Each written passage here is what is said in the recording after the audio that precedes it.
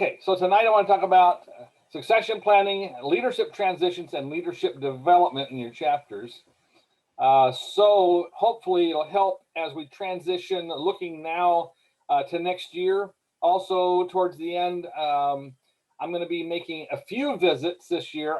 I got one vaccine. I got another one coming in another week or two. And once I get that and get my 2 weeks behind me, I'm going to try to find those places that really need me to drop in. Otherwise, I'd like to meet with your e-boards virtually to at least talk through where you are and just, each one of you. Now, I already met with Jalen's e-board last week or a week before that. And we kind of touched on some of this stuff, but I'm willing to meet with any of you again. Matter of fact, virtually, we can do it as often as you want. I'm happy to do that. But let's talk about succession planning. First of all, I'd say, let me just drop these things if they'll go in the chat here. And they won't. Okay, so I'll just type the main points. The first one, that's supposed to be intentional. Be intentional. All right. Transitioning well doesn't just happen. The fate of your chapter rests on how well you do this. We've had a couple of our chapters kind of go out of existence this year because they were not transitioned. Basically, what happened was a person graduated, they walked out, didn't transition anything or anybody, and their chapter languished, and now like one, we're going to have to totally restart it because there's nobody there. We've identified 9 Adventist students on campus right now, but nobody has passed the torch to them or whatever. So what I'm saying is be intentional. Make sure you transition well. Don't just drop and run. I would say rather drop and pray about who should be next.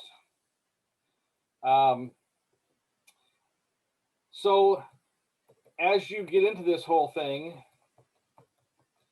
your job as a leader is to identify new leaders. One of your jobs as a leader is to identify new leaders. You can do that a number of ways. You can poll your group for those that might be interested and say, hey, we're looking for new leaders. Are you interested in maybe picking up the torch next year, moving on? But more often than not, people are going to go, I'm busy. I don't think so. But you can identify different people. First of all, I start with those who are consistently coming to your events.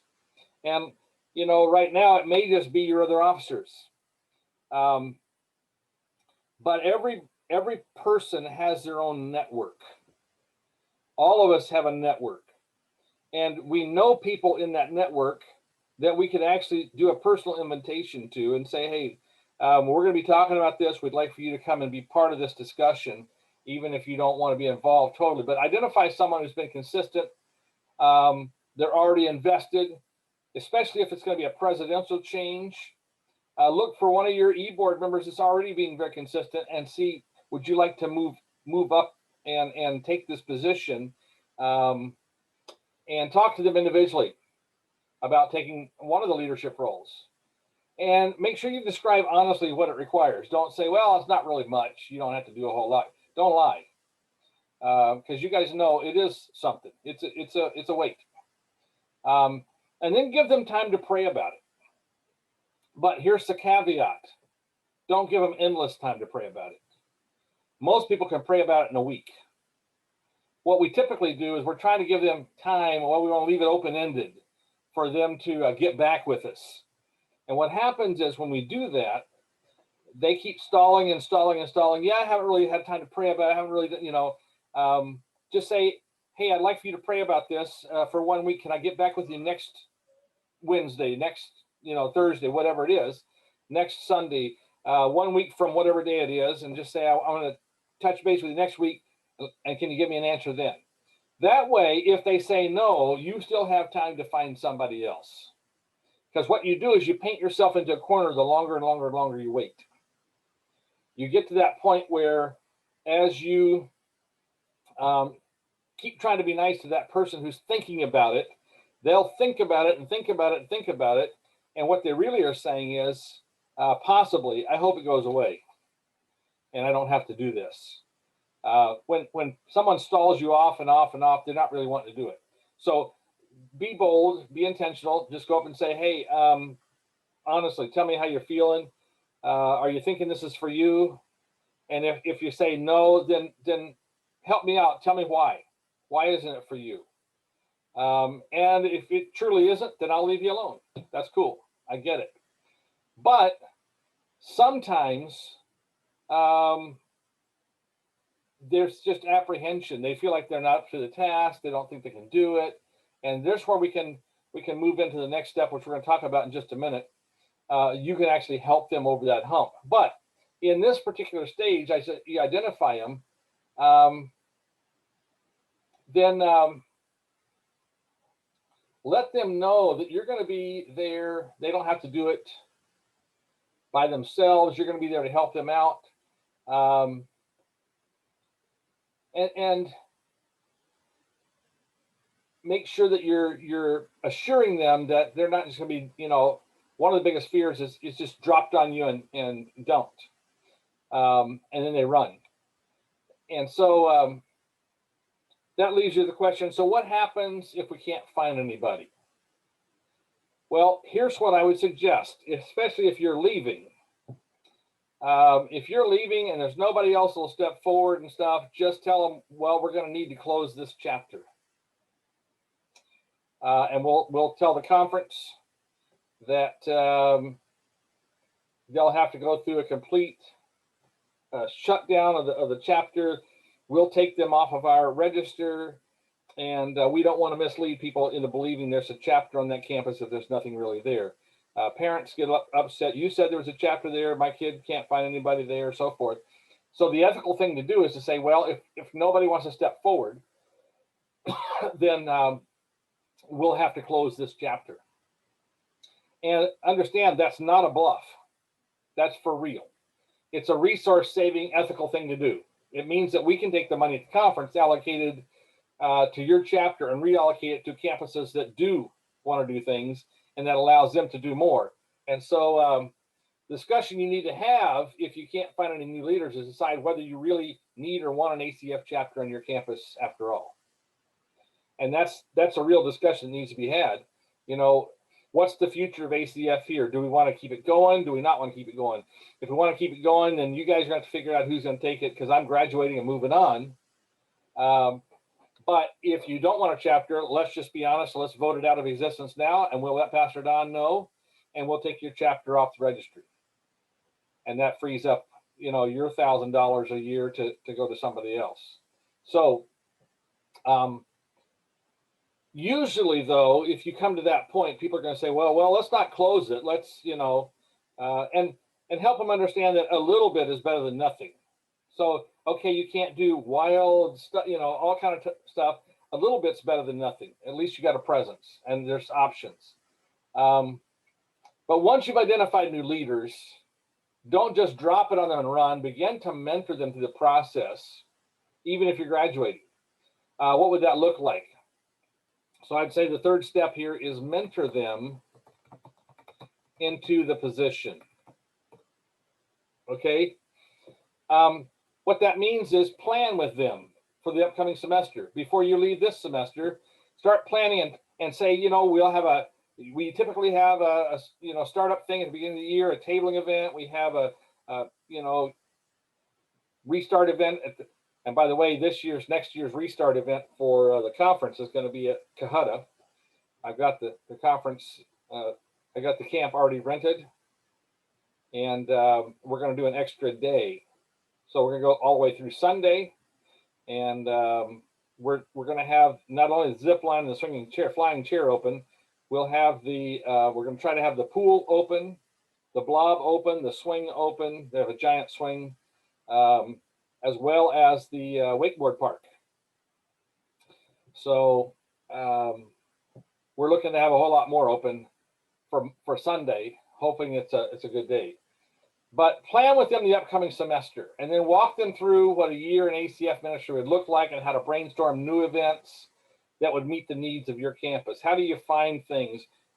How do you do a needs assessment on campus? Those kind of things. Walk them through all of that, and then plan on being part of their leadership team and attend the leadership meetings for at least the first 2 months of the following year if you're still on campus. Not to lead it, but to give counsel and to help the new leaders consider things they might not have thought of. And then gradually back out. But if you're still in school, try to attend the planned meetings so they know someone's there to support them. There's nothing worse, as you know, than planning something and showing up and there's 2 people there. It's a hard thing to do. Kind of like this virtual meeting here, where there should be 17 or so. There's 4 of us. So it's a hard thing. Obviously, we know that we can record and they can watch it later, and that's good. Those of you guys watching later, I hope you feel really guilty right now. No, I'm just kidding. Anyway, but gradually back out and let them run it, but still support them. And then be available for questions anytime for at least the following semester, if not the year. Now, you may be totally gone, but they still have a phone number. Say, here, if you need something, call me. I'll talk to you. And then one of the best things to do is teach them how to begin almost immediately identifying leaders and helping them begin training their successors. The best way to build a strong ACF chapter is to have a truly good succession plan in place and leadership transitions. Then we get to leadership development. What does that look like? Well, here's the easiest way I can give you to think about that. What would have been helpful for you to have known when you first stepped into it? And so you say, you can back up and say, I wish I had known blank. Write that down. Make sure that gets transferred to them. One of the things you can also do to build leaders is to maybe chronicle everything. Put an ACF chapter playbook, and I don't know, playbooks, we've overused that, but basically a guidebook, so that as they look at that, we have all the things that we've done this year. We always have a back to school event. We always have a tabling event. We always have a weekly or a monthly or whatever, and just put all of that in a row. These are the things that we've always done.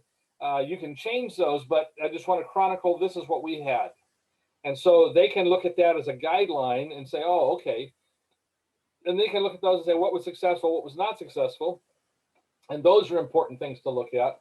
And so as you go through those kind of things, and you chronicle and you put your little guidebook together, ask those questions. What is it I wish I had known when I came into this? Also, what would be helpful for me as a leader now that I don't currently have in place? And put that into play as well. And maybe what are the resources that we have available to us on this campus? Who are the people that we go to? Cody did not know, for example, that Pastor Michaela is the former ACF director for the conference. So he's got a gold mine sitting right there at the church where he's at, but he didn't know that. Now, somebody had a guidebook saying, dude, if you have any questions, ask Pastor Michaela. She's a gold mine of information. If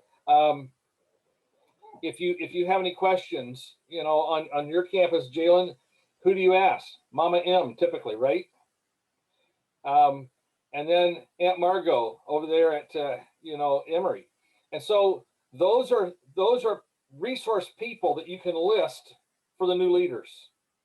So as you look at new leaders, begin listing out who are the resource people. Where do I go? How do I make this happen? Where do I find this information? Anything you've had to figure out, chart that for them so that they can then build on that and keep a journal that helps the next person.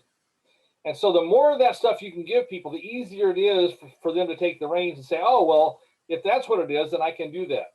Because if I have a more complete picture, what we're really afraid of and why we hesitate in stepping into leadership is not knowing.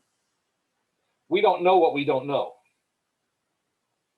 And if you don't know, there's a lot of fear in the not knowing. So I can be fearful, for example, of some of my classes that I walk into, going, man, I don't know how this semester is going to go. This sounds like it's going to be rough. You get that first day, and then you find out the guy's a fluff. Um, you've had those classes. They make it sound really tough at the beginning, and then they're real easy. Where they're hardcore. You got to do all this stuff, and so you're trying to make that happen. And they go, oh, it doesn't really matter. Just give me that. That's fine. But then you also have those teachers that you go into and you're thinking this is going to be an easy A, and suddenly they turn it on, and you're dying. So it's what we don't know that freaks us out. That's the whole thing about COVID. It's the fear of what we don't know. Who has it? Who doesn't have it? How transmissible is it? How healthy is my body? We don't know those things, and so that's what scares us. So the more fear you can take out of leadership with a journal of some sort, or a guidebook that says here's the way you do it, here's the things we've done, the more fear you can take out of that, the easier it is for somebody else to say, yes, I can handle that. And if you build a team to say, okay, it's not just you, this is going to be on the 3 of you or the 4 of you or the 5 of you, and I'll be mentoring you all the way through, or at least as much as I can, and I'll be available by phone. Those begin to take the fear out of things. And so mentor them into the position. So be intentional about it. Identify your new leaders, mentor them into the position, and then develop their leadership by giving them as much information as you can, and charting as much stuff as you can, so that it's in a written format. They can actually see it, they can read down through it, and they can say, okay, and then they can build on that. And that's the goal, is to build on what's gone before, so that we're not just maintaining, but we're looking at that saying, wow, okay, they did this. What if we go next step? Next level would be to do this. And so the goal is to help those people come into it successfully and feel like I can get a handle on this.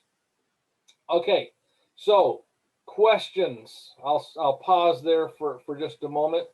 Thoughts or questions? I have a question.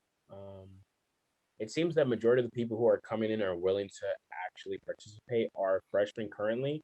And since Mhm. they're freshmen, they have no true idea what school truly is like when it comes to the actual physical interactions and experience due to the fact that COVID exists in a sense. So, I mean, thankfully, majority of like none of the e-board is are seniors, so everyone will still be here at least a year. So, what is a good way to kind of ease people from virtual to physical since most of them never experienced physical to begin Well, they're not totally lost on it. In other words, most of them went to high school and things. with? They Yeah. sat in classes, they did co-curriculars, they do all that stuff. Um, and so it's a matter of helping them return to a new normal in a college setting. Okay. So it's like referring back to what they did in high school, and yet saying it's we're going next level with it. In your Yeah. situation, since your keyboard is still there, I don't know if any current keyboard is staying in leadership or not. I don't know where you guys are with it, but it would be good to, while they're in leadership, pick up some of those freshmen and begin mentoring them and training them. Yeah, that makes sense. And one of the things that I'm understanding and kind of getting from other people and feedback from other people is that a lot of them are kind of just going through a lot of like reevaluation in a sense when it comes to like their beliefs and stuff, also because of everything that's going on with COVID and everything, like the political climate. So a lot of people are fearful of leading without confidence in what they're kind of leading, you know. So what is a way to inspire those people? 'Cause I've definitely felt that. I kind of am kind of going through that currently, but I believe God's gonna bring me through it. So I'm still trying to lead from that perspective, but it's difficult. So I totally understand where they're coming from. And I already had one of my e-board members call me directly and was like, I just can't handle this right now. But she hasn't stepped down yet. But she's she's been saying she just can't handle it for a while. And I know that the freshmen haven't experienced life yet personally. So I don't want to throw them into something where they're like kind of flailing their arms. But I do need someone to start picking up the slack because I won't be here forever. So I get that. That's kind of what my question is more so The best thing you can do is to map it. If your current e-board people can see a map, if your freshmen can see a map, I'm going to mute you for a second. Can I get bad echo? Are you guys hearing echo? Yeah. Okay. Now it's not echoing, so it's got to be there. All right. So if your e-board can see a map, and if your people could see a map, your freshmen, then I think that it begins to gel inside their mind. Oh, this is what we're talking about. We can talk about all kinds of things, and what happens is it becomes ethereal. And so it floats around, and we don't really have a handle to grab hold of it, and we don't name it. And so it makes it very, very difficult. There's a program I use, which if you know me, you know that I use it all the time for just about everything. It's called Mind Map. Now, I have the Concept Draw Mind Map, which was the original, and it's pretty spendy. It's about 200 some bucks, but I use it for everything, so it's my main tool. There are cheaper, like $20 ones that are well worth it. But let me show you. Are you familiar with mind mapping? Have you seen it at all? Okay, so let me share my screen and let me show you a little bit of mind mapping here. So can you see the mind map here? Type in your main idea. Is that visible to you? I'm going to see if I can move it over here and then hit pause. Let's resume share. Now can you see it still? Yeah. Okay. I have to switch monitors so I can be looking this way. It looks like I'm looking at the camera, not looking off into space somewhere. All right. So way this works is, let's type in your main idea. So let's say we're going to plan first semester. You guys help me out here.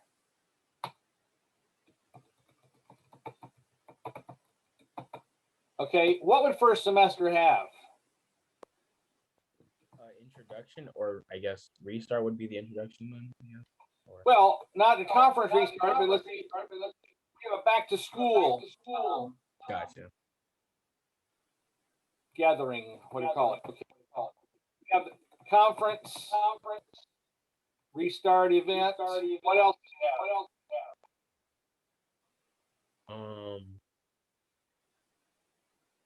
I guess tabling.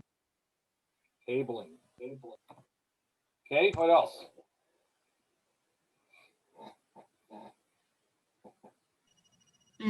Bible study. There you go.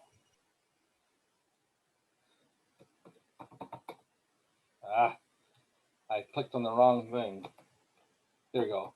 Bible study. What else? Social events. Social events.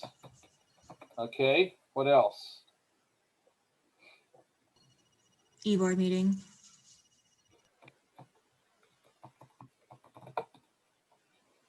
Anything else? Oh, scheduling for general body meetings.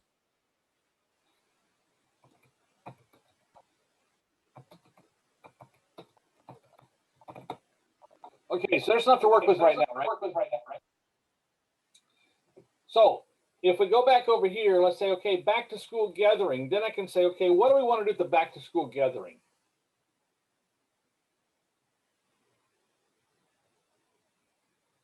Just throw out an idea. We don't have to, it doesn't have to be something you're going to actually do.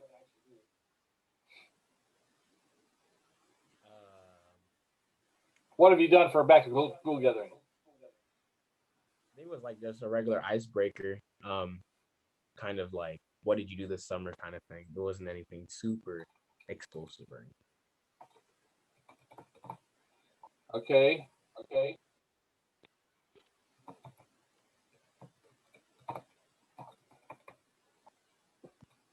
So icebreaker party. Mhm. Maybe you add a devotional thought to that. Yep. Okay. Conference restart event.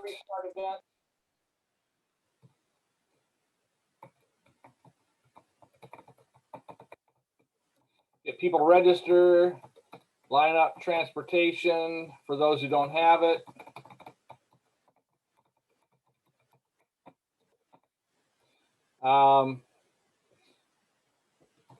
Go. All right. Tabling. Whoops. Can have giveaways. Giveaways. What else? Volunteer sign up. Oh. Now you're good. Okay, volunteers sign up. I guess informational like material.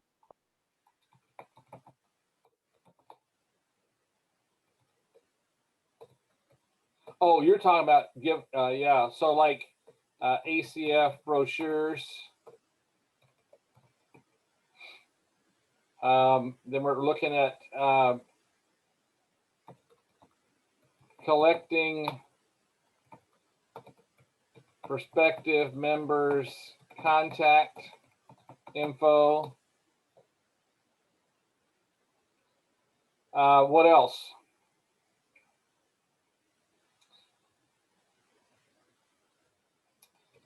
I'd say assigning times for volunteers.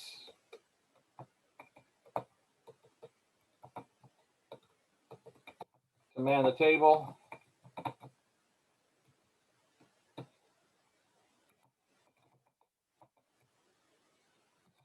And getting something eye-catching to stop people.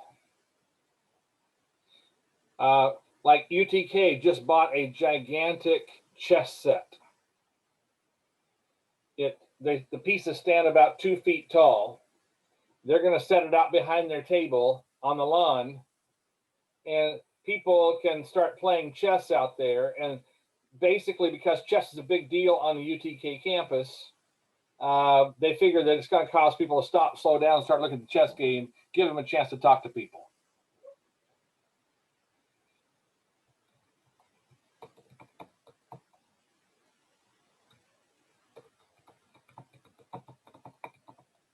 Okay, so let's go to Bible study. What would you do there? Yeah. What's the name of this website, or is there? It's not a website. It's like a software you have to buy, right? That's what you said. It's called Mind Map. There's different versions of it. There's concept draw mind map. The one that I'm using is pretty expensive. There's one that you can actually get for an iOS device or your iPad, your phone, whatever. And it just type in mind map for an app and it'll show you some. I saw some that were as cheap as $10, but they're well worth the money because you can literally mind map everything. Now I'm going to show you some other things. Let's say let's get topics, leaders, times. Now, here's the cool thing about this. I can do this all day long. I can say social events. I can do the exact same thing. Now, let's say, okay, now I want to put these in order. We're going to have a back to school gathering, and then we're going to have a Bible study next. So I can then take Bible study and drag it up here and drop it. Now my Bible study, my back to school gathering, then a Bible study, then the conference restart event, then tabling comes next, or maybe tabling comes before the conference restart event. I can drag that up there and drop it there. Then we have a first social event. That happens right after the conference restart event. I have my first e-board meeting. That actually takes place ahead of that. So if I want to do this chronologically, I can move these things around. And my first general body meeting might be right after the conference event. And then we have a social event after that. Now, I can actually take these and swap them around, or I can take entire things, a back to school gathering, and I can say for our e-board meeting, we're going to talk about our back to school meeting. We're going to talk about our Bible studies. We're going to talk about our tabling event. We're going to talk about our general body meetings. We're going to talk about our social events. And now your e-board has all of those in one thing as an agenda. But I'm not done yet. Watch this. I can go over here and I can hit outline, and suddenly the entire thing is outlined. Now I got an outline of everything. And if I rearrange it on the map, it gets rearranged. Watch, I'll take Bible study below tabling, and suddenly now tabling is there and Bible study is here. Now, once I map what it would look like and the steps it would take to accomplish that, then a new leader is going to look at that and go, oh, well, I can do that. Or I can take this part of that. So then you begin, for example, Jalen, saying for the tabling event, I'm gonna take charge of making sure we have giveaways and we got volunteers. And I'll call Pastor Don at the conference and get some ACF brochures sent to us that we can hand out. But I'm going to give these things to somebody else. And so I got an assistant. You can have a special assistant to the president. Basically, you're training them to be president. You just give them a different title. They don't freak out over that. Special assistant to the president.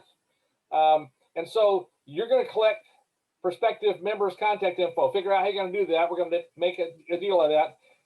I'm going to give you a list of volunteers. You're going to assign times for them to be there. And you're going to find something eye-catching to slow people down so we can talk to them. So then you're doing part of it. They're doing part of it. Does that make sense? Once you map it, you see, it's a lot easier for them to visualize it. And they go, oh, so you want me to just do these three things?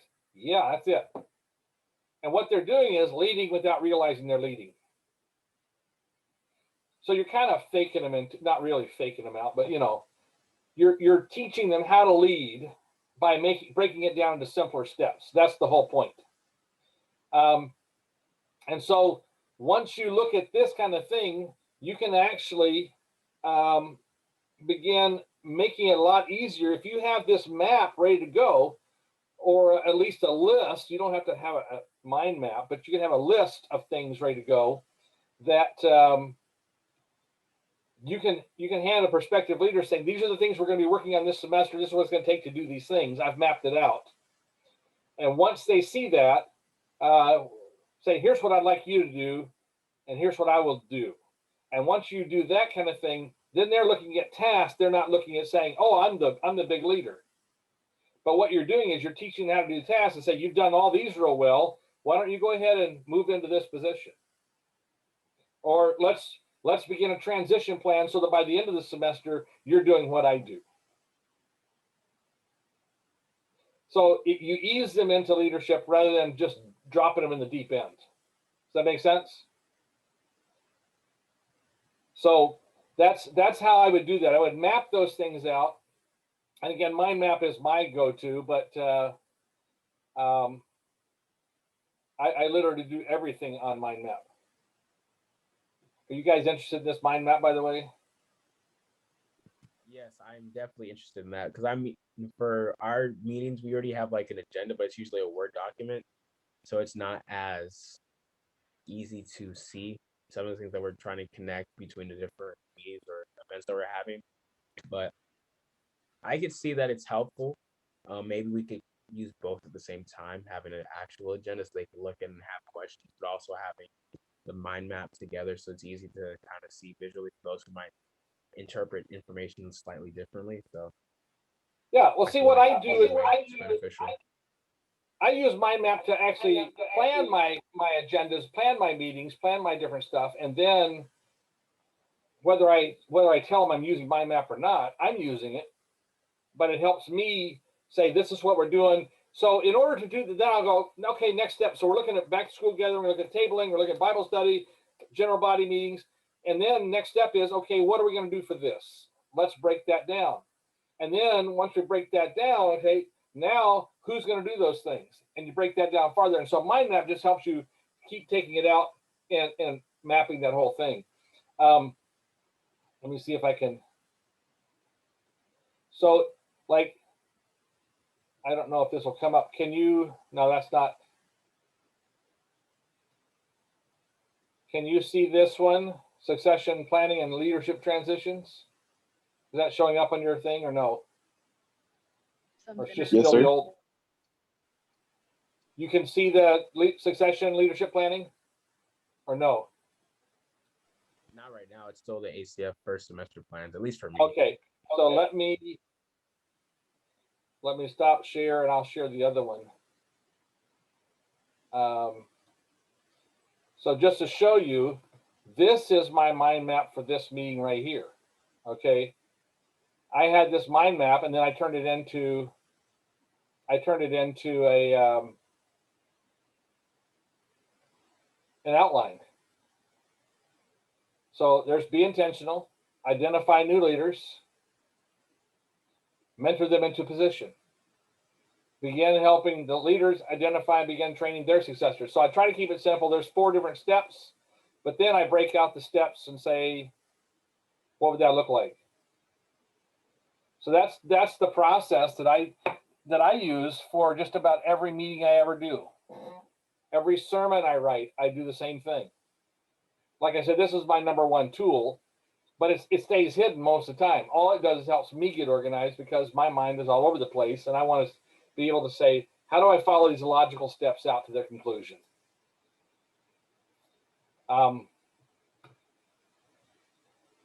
Is that helpful? Okay. So let me see if I can save that other mind map and where'd it go? The thing is, if you don't have mind mapping software, all this does is it turns it into a PDF so you can see it, but at least it gives you an idea. All right. So I will actually see if I can save this one. First semester plans. And then I can say, okay, let's take that and go to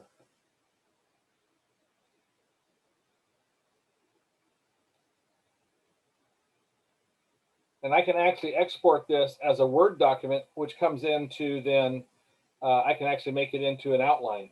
I can drop it straight to a Word outline in a Word document, which is kind of cool.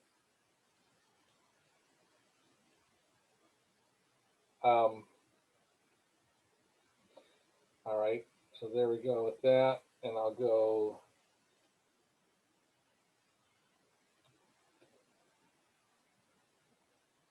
Let me see if I can find this on my desktop.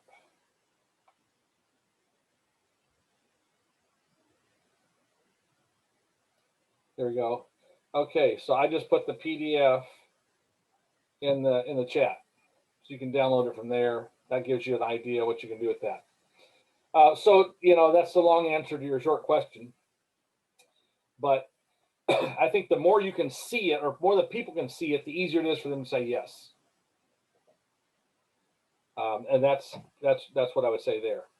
Any other thoughts or questions?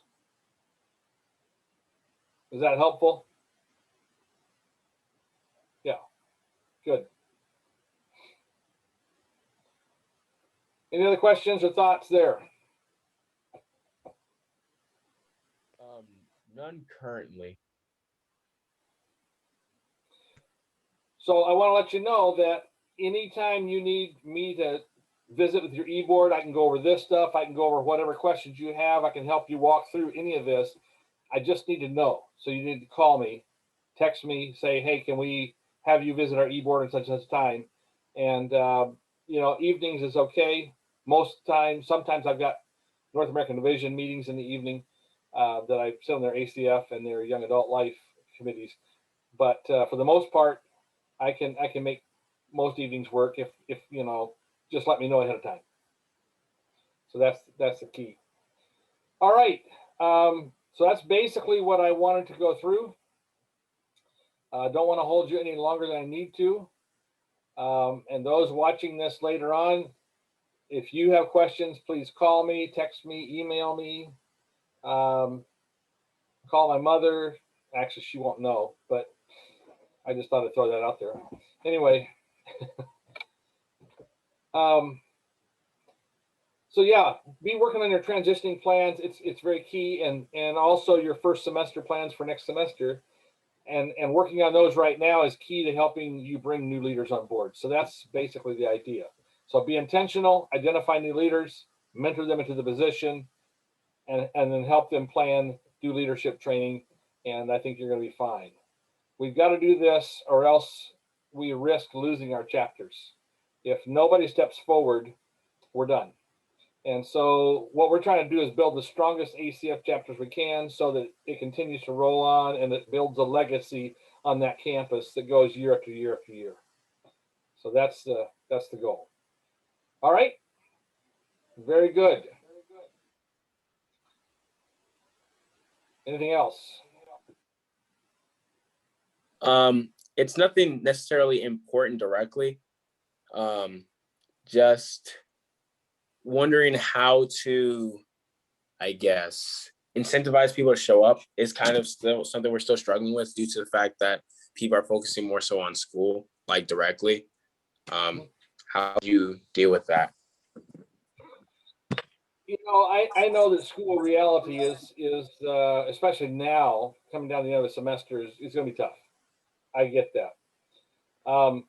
And so part of the thing is you want to build that value into your meetings early on in the year. And so if you're doing next year, one of the things you want to do is help your leaders build value into the early stuff so that people see them as something they want to go to. Because the longer you go into the school year, the more busy people get, the less they decide what they're going to spend their time on. If they found that you're a valuable time for them, they'll continue to spend your time with them. They'll let something else go. This year has obviously been haywire for all of us. And so it's like, okay, I'm just trying to survive this year and I don't know where I'm at. So at this point, what I would suggest is that you maybe look at a Sabbath afternoon meeting where they're not supposed to be studying anyway. Mm-hmm. And then you can play on their Adventist guilt. You shouldn't be studying anyway. No, what I would say is let's do a Sabbath afternoon outing where we meet in the park and let's talk about the future of our ACF chapter. Do we want to keep it going or no? Now, would that be something that would cause you to come out? I would come out to that. Why? Because I'm the president. But I mean, other than that is, I guess, because I do have a say in the matter and I'm interested in what other people might have to say. Yeah. So that's a solid one.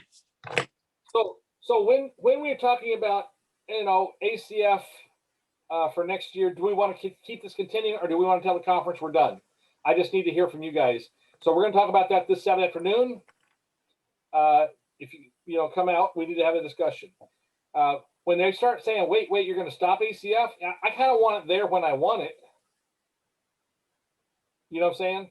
I want it there in my back pocket, so I got it as an option. And then I'll weigh it against all my other options. Then I'll make a decision. But I want it to be an option. So if you say, here's reality, we got to make a decision.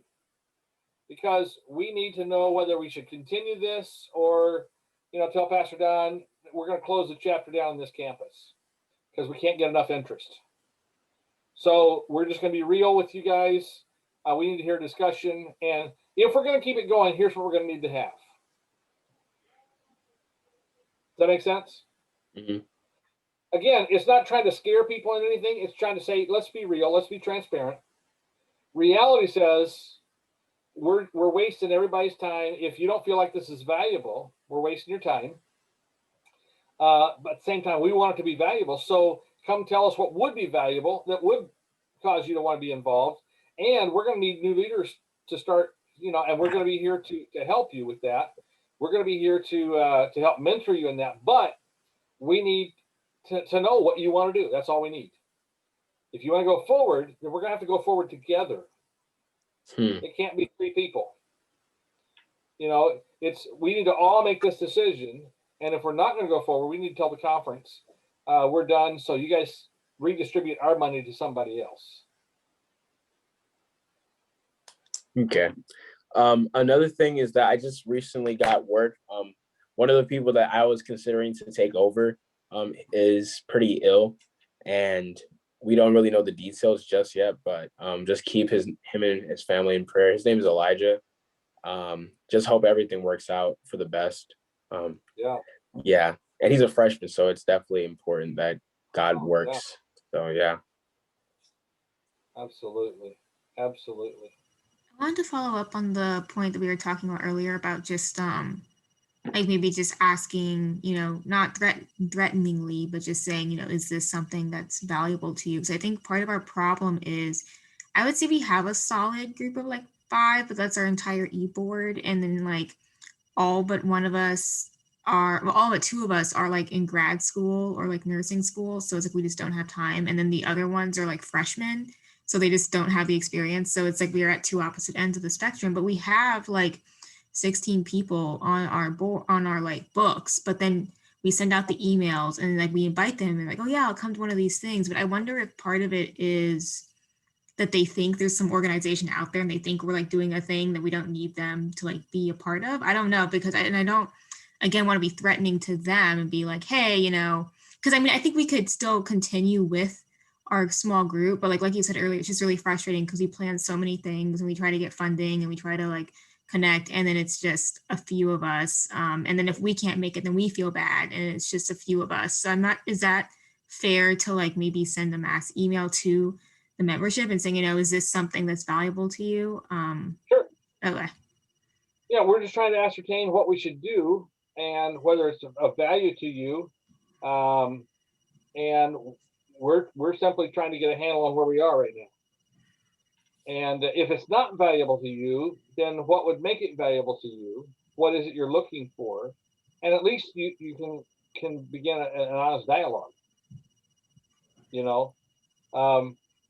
I think this year, because everybody kind of got out of the habit, first of all, of going to church, because everything's closed down, it's like gotten really easy for us to get lazy with our whole spiritual walk. Yeah. It's gotten real easy for us to say, well, I'll watch a sermon here, I'll do something there, but the devil has used it to his advantage with a lot of people to begin sweeping them kind of farther and farther and farther away, and so they don't see the spiritual side of things as valuable. And therein lies an issue. But if you look at saying, okay, health and wellness or mental health, those kind of things, some of you guys have been doing topics on that. And I don't know how your audiences have been, but it would seem to me that would be something that people would say, oh, I'd make time for that. I don't know. Anymore, it's hard to know what people make time for. I think once we begin to re-normalize, it won't ever be normal like it was before, but we'll come to a new normal. And that's what I think we're going to be seeing this summer as more and more people, and we get herd immunity and the vaccines spread farther, so that people aren't as afraid to do things. I think that there's a craving there that I'm seeing as I go around, that people really want connection. Mm-hmm. And so if we can take those times of connection and we can make those a valuable time for them. But again, it's just, you need to know. So yeah, I don't think you ever threaten them, but just say honestly, we just need to know.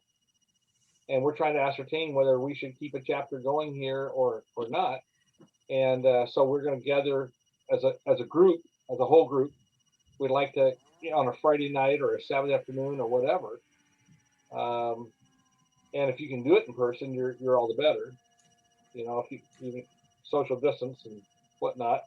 If you have a real nice Saturday afternoon at the park where you can sit around, bring your own chair kind of thing, and you've got a big circle, you're going to be better off there to have an open, honest discussion, because you can actually see people's faces and they don't turn their cameras off and whatnot. So it makes it a lot harder online because everybody's used to turning their cameras off and everybody's used to doing whatever. So you don't see that interaction, and you can't tell whether they're doing 14 other things like I do when I turn my camera off. Sometimes when I'm on some of my meetings, I look at that and go, okay, I try to stay on as much as I can, but there's times, what I'm talking about. And so that meeting, they want you there, but you don't really have a purpose.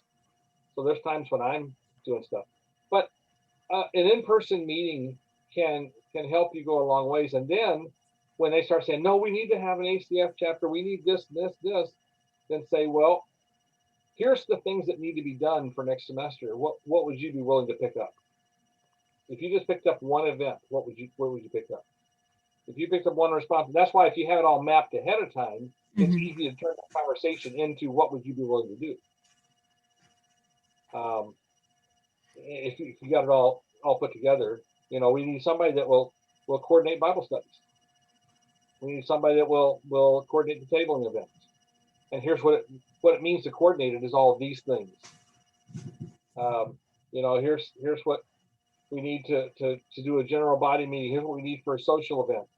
And here's what it would take. And so you map all that out and you say, I need a social vice president. Somebody will take all the socials. And you spread that around and say, okay, now because you're involved, it's a lot easier to get those people there.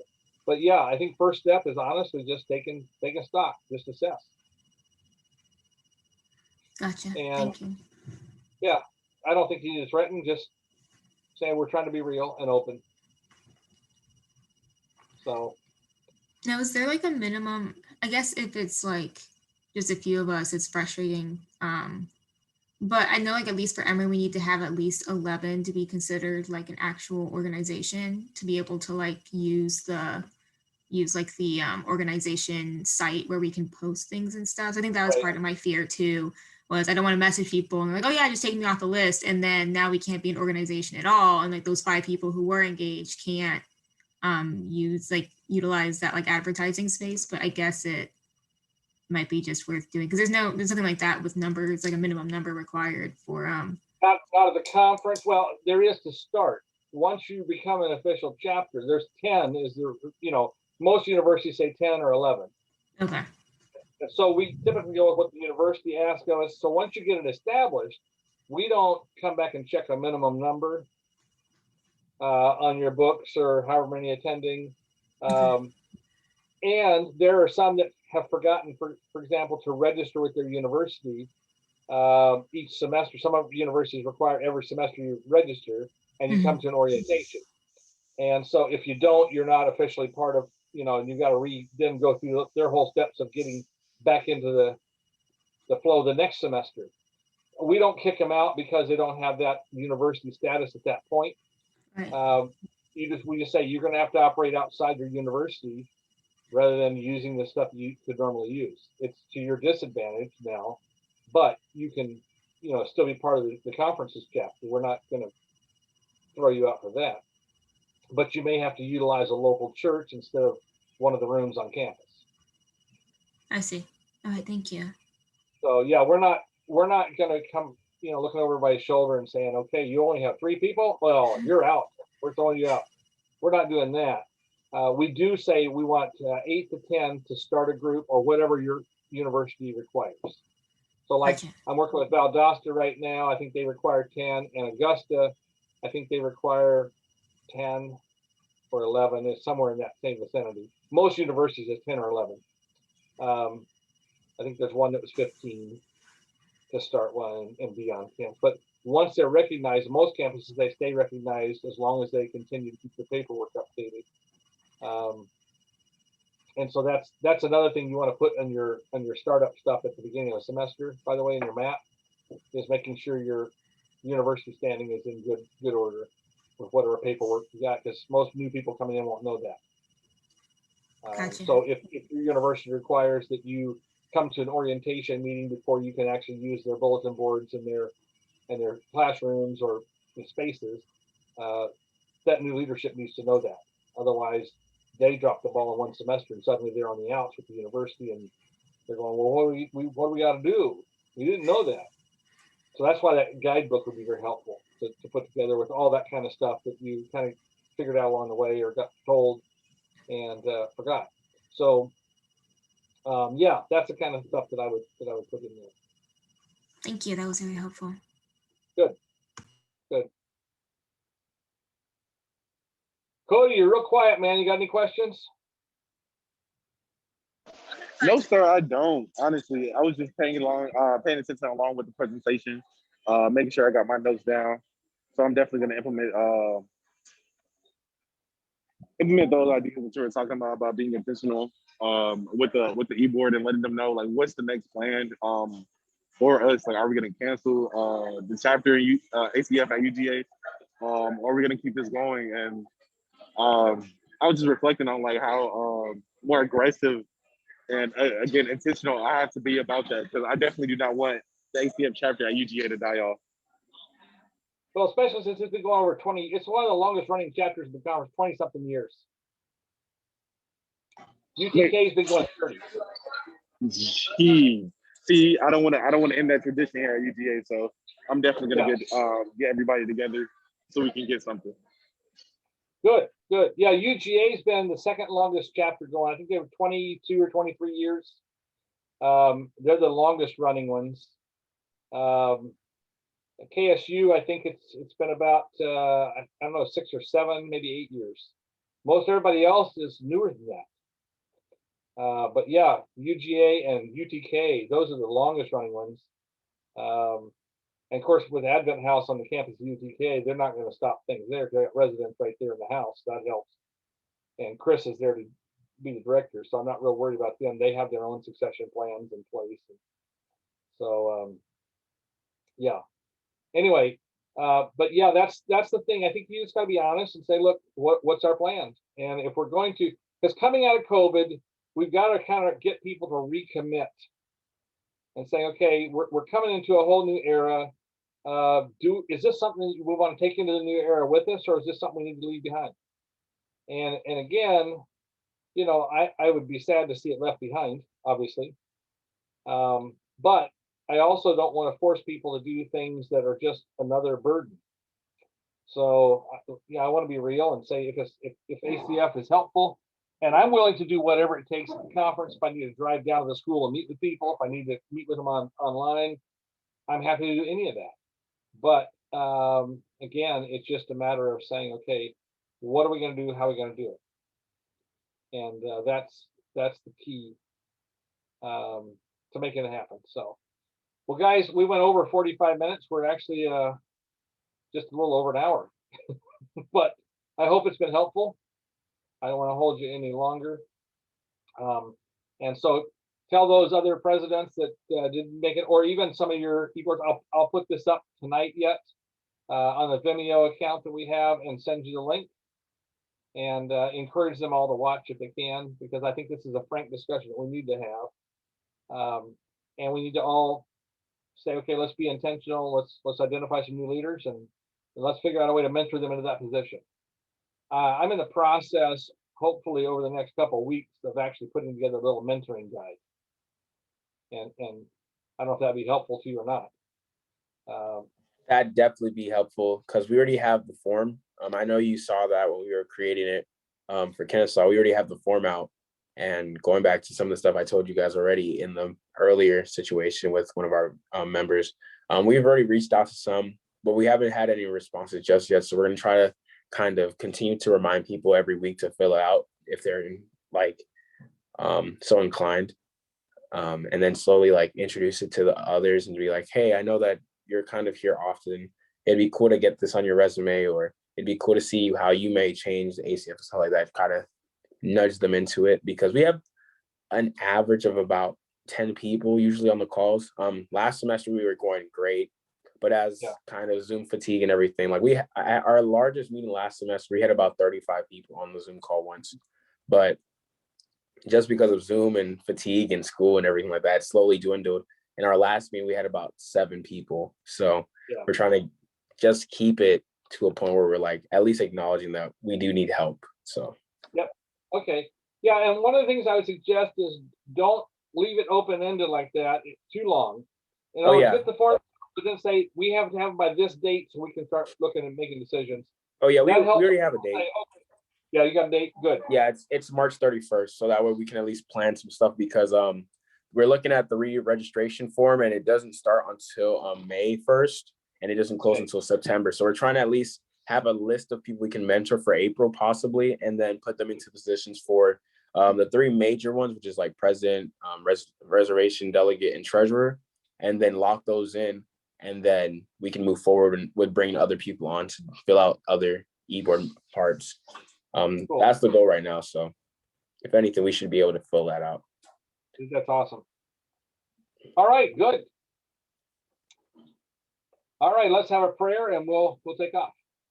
Father God, we thank you again so much for the dedication of every ACF chapter that's been just trying, and it's been so hard. It's been an uphill grind with COVID and with Zoom and Zoom fatigue and all the classes on there and everything else. And it's like one more thing on Zoom, I'm going to go crazy.